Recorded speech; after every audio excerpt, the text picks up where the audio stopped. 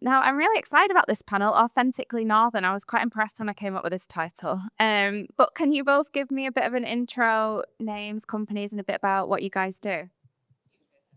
Absolutely. So, hi, hello everyone. Really pleasure to be here. Thank you for the invitation. So, my name's Sanjay Aggarwal. I'm the co-founder of Spice Kitchen. We're, believe it or not, a spice company based in Liverpool. And I'm the co-founder because I actually founded the business for my mum as a retirement hobby 12 years ago. So, never ever set out to be a business. But sort of fast forward, really, we make sort of gift sets of spices and spice blends, and we're DTC and also B2B. And my name's Jenny. I am the founder, CEO of a company called CALLA Shoes. We make shoes. They're a ladies' footwear brand, premium luxury for women who have problems with their feet, like bunions or wide feet, but they are stylish at the same time. They're not like Granny shoes, basically. And Sanjay, like you said, Spice Kitchen started as like a family hobby. What turned it from like that passion project to like, oh my God, I've got a fully fledged business here that I need to run now? Yeah, I mean, that's a big question, really. I guess, like lots of businesses, you have these kind of key milestones that you hit, and you're like, wait a second, this is more than a hobby, possibly. So we really started online. It actually was on Christmas Day. Just to rewind to the start, we started on Christmas Day 2012. My mum was a shopkeeper essentially for 30 years in Birmingham, and after a couple of years of travel and kind of looking after grandkids, ultimately she was bored. She was really bored. And I think a lot of people said, you're going to chill out in your retirement. But my mum had a lot more to give. So she was pleading at me and my sort of brother and sister for something to do.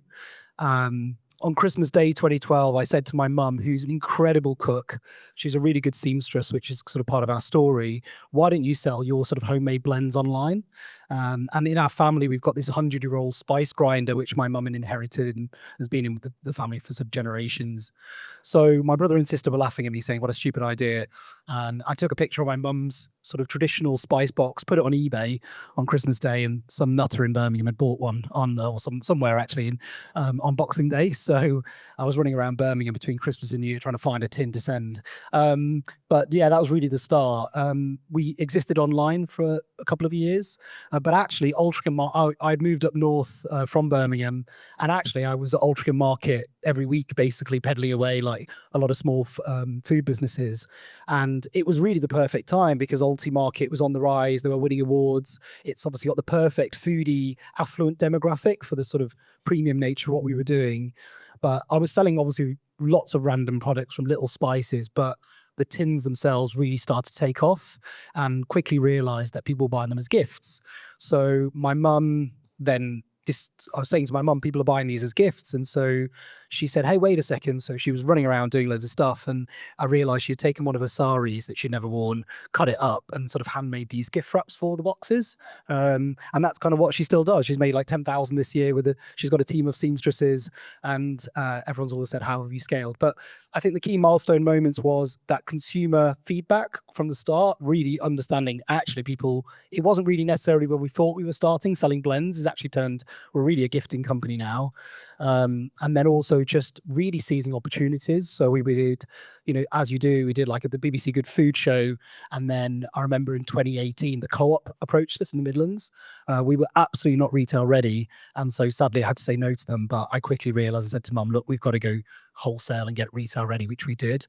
And then sort of we rebranded twice actually. And now we're doing loads of stuff. But I don't know, it's all this sort of customer feedback really that it comes down to that makes you realize, hey, this is bigger than just a retirement hobby. There's a business in there somewhere. So And Jenny, this kind of leads on to like what I was going to ask you is around like how did you like identify that initial like gap in the market for you to start CALLA? I just want to say that hats down to you, like, for working with your mum. That's amazing. I love my mum, but I couldn't work with it. So it came from a personal pain point. So I've got bunions. If you go on my Instagram, on CALLA Instagram, you can see my feet if you're interested in that kind of thing. I have quite a fan base, actually. And because I've got bunions, it kind of changes the shape of your foot. And so finding shoes that fit and are comfortable and that look stylish all at the same time is like just almost impossible. And I kind of had a light bulb moment when I was getting married and I couldn't find shoes for my wedding day, and I was online, like this is like 14, 15 years ago, just trying to find shoes for my weird feet. And I think I just flippantly said at that time to my husband to be, one day I'm going to start my own footwear brand. And basically that's what happened. I was in a redundancy situation. I was pregnant with my second daughter. I didn't want to go back into the corporate world. And even though I knew nothing about fashion or footwear or how to run a business, I just thought, do you know what? While I'm pregnant, I'm going to start my own business making shoes for women who've got bunions. And it's basically grown from this. That was 8 years ago. So it's very much, a problem solution brand. But we're trying to be positioning ourselves so we're not like the Hotters of the world or anything granny-ish at all. The whole brand is trying to be more aspirational, trying to, all these amazing, gorgeous women who have problems with their feet don't want to wear ugly shoes. And that's kind of the market, the gap that we're filling. And Sanjay, like just to kind of go back to like the retail part, like what were some of like the key steps or strategies that you took to kind of transition from like doing the markets to being stocked in places like Selfridges? I mean, for us, because we're such a niche product, with farm shops and delis, we're with 500 retailers now. John Lewis, Selfridges, Booths. We actually do loads of charities as well, like Oxfam we're stocked with nationally. So, but a lot of our shops are independents. Luckily, there are key gifting trade shows. So the Spring, Autumn Fair, Harrogate, Top Drawer, those that are sort of product-led businesses, you may know that. But for us, no retailers coming in, and we're not like a jam or a chutney. They don't have a category here. They do buy gifts, but no one is looking at us online and wanting to buy a sari wrap spice box. It's just simply too niche. So we do 5 or 6 still now trade shows a year. We spend, 30 grand on doing trade shows a year. In the early days, me and Mum did every single one, and I'm still at every single one now. Mum hasn't been to them since COVID. But really, they need to meet Mum and they need to meet me. My whole business is just really built around commercializing my mum. So yeah, I've shoved Mum in front of them. And we actually went to the US last year. So we took a couple of trade shows and tried to get some Americans to fall in with Mum. And one of them fell in love with Mum, thankfully. So we've got a good retailer out there. But yeah, for us, it's graft. You've just got to be at the shows. We've got to show them the product. One big thing that we do, which is kind of mad, is we do sale or return on these tins. So for any retailer, maybe not the big guys, but for every retailer, if it doesn't sell, they can send it back and we give them money back. So I take all the risk out of it. And over the last couple of years, we've doubled, tripled our retailer base. Because a lot of small gift shops, they just don't know whether it's going to sell. And to be honest, I don't know either. But for us, it doesn't really matter if we get it back and then sell it on to somebody else on Amazon. Long shelf life, or if we have to just bin the spices and rehash the tin. So I think for me, it's all about taking away all the barriers for the retailers to order from you. You've got to be, even though you're small, you've got to be easy to work with, try and get rid of all your sort of minimum order quantities, be as flexible as you can with them, do smaller case sizes if you need to. I mean, we manufacture and distribute in-house, so it's a bit easier.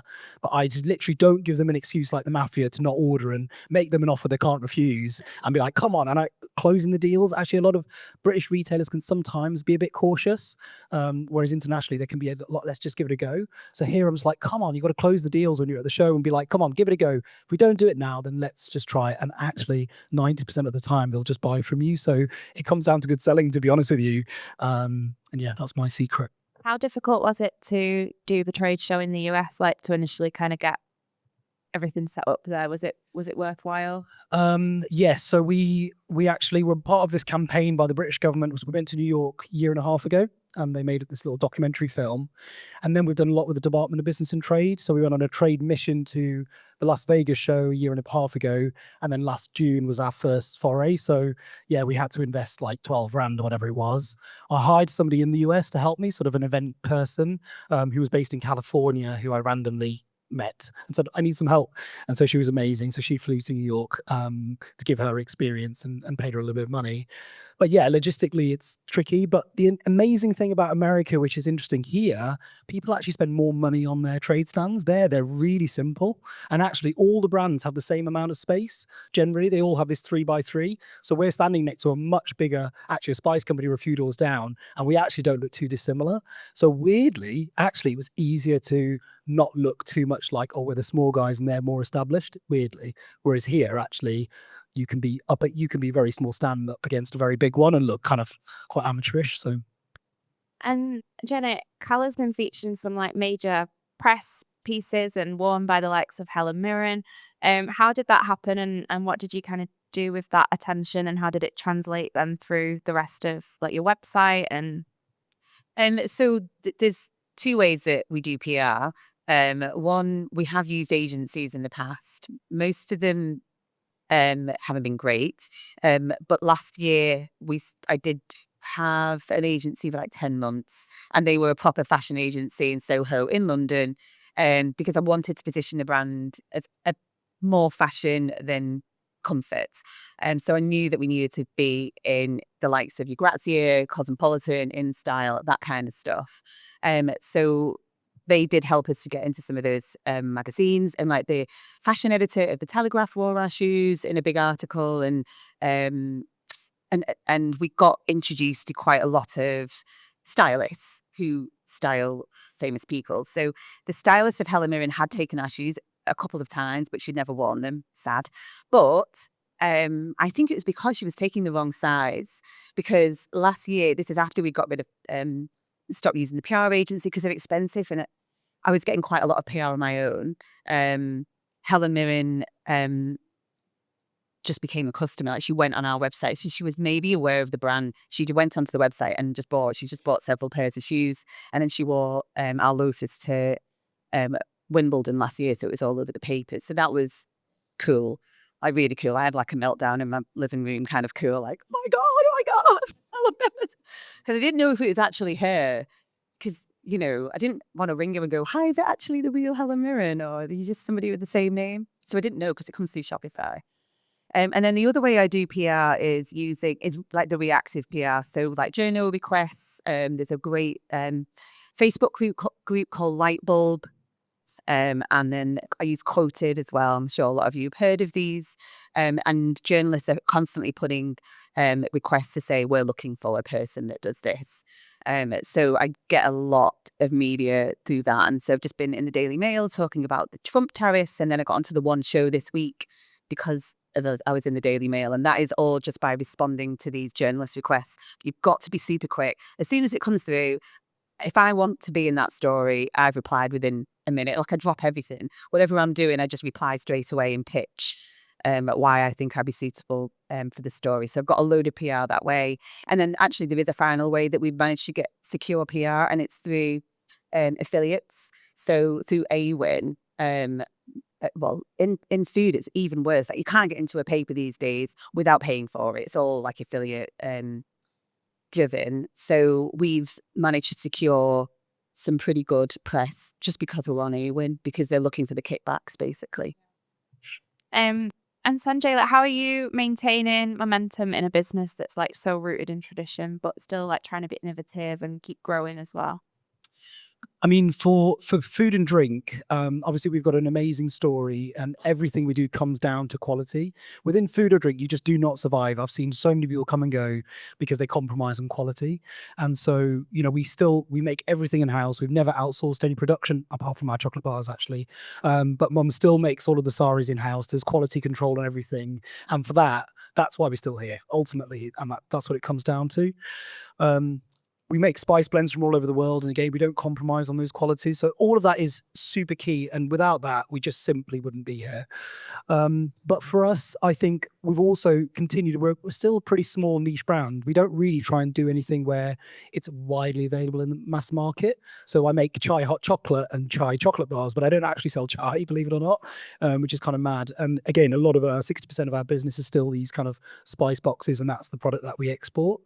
But for me, it's just not about compromising. And to be fair, if I did, my mum would hit me around the head anyway. So with probably one of Jenna's shoes. So, yeah, that's what it comes down to. Whenever we look at NPD and we kind of focus on that, we're always focusing on the quality of what we do, but also providing really good recipes. I mean, we're a spice company, so recipes and inspiring people are really important. And so yeah, that's what it comes down to. And just to touch back on like the US piece, because I think it's quite like obviously a hot topic at the minute with all the tariffs and things. Like, what was your approach initially in like growing in the US market, and what do you think worked differently for the UK? So I mean, I started the business with no money basically, so everything had to be quite organic. So really, just because I'm quite lucky because we are a problem solution. So I just knew that I needed to be number one on Google for certain search terms. Fashionable shoes for bunions. Like, I know it doesn't seem like a thing, but like there's lots of people searching for who have problems with their feet. They start Googling it. So SEO is huge. And, so I was selling in worldwide from day one because of SEO, and it's still big for us now. We get like I'd say about 30 to maybe more, actually, maybe about 30-40% of our business is still some Google searches and not from ads. We don't spend that much on Google ads at all. So the growth in the USA, about 55% of my business last year was to the USA, and most of it is organic. I mean, the money that we spend, I may as well have just thrown it into the Atlantic Ocean, because like we don't spend enough to get real value from our ads, so it's organic. We have gone viral several times, or my feet have gone viral several times on TikTok and Instagram. But that has, for every million people that watch it and are like, what the fuck are them feet? There's another million people who are watching it going, oh my God, I need those shoes, and they're like mine. So we've really, really leaned into that problem solution on our social media, and we grew our Instagram account from 15,000 followers last July to, I think we're like 200 and something now. Oh, that's a shot. That is like, this is just viral video after viral video after viral video that we just keep getting. And just before Easter, we reached 52 million accounts in like 20 days. Because we had a viral video that went out, and then we did this random April Fool's Day post that went bonkers. I mean, like 37 million views, bonkers. So we've really kind of leaned into the content that we know people are like, what the fuck's that? But it's, when they come to our website and the whole brand that we are solving a genuine problem. So the organic reach is massive. That's kind of with a tiny, tiny marketing budget. And I still, I'm a team of 6, 7. You can do quite a lot on Instagram. That's amazing. Thank you so much, both of you. That was a great panel.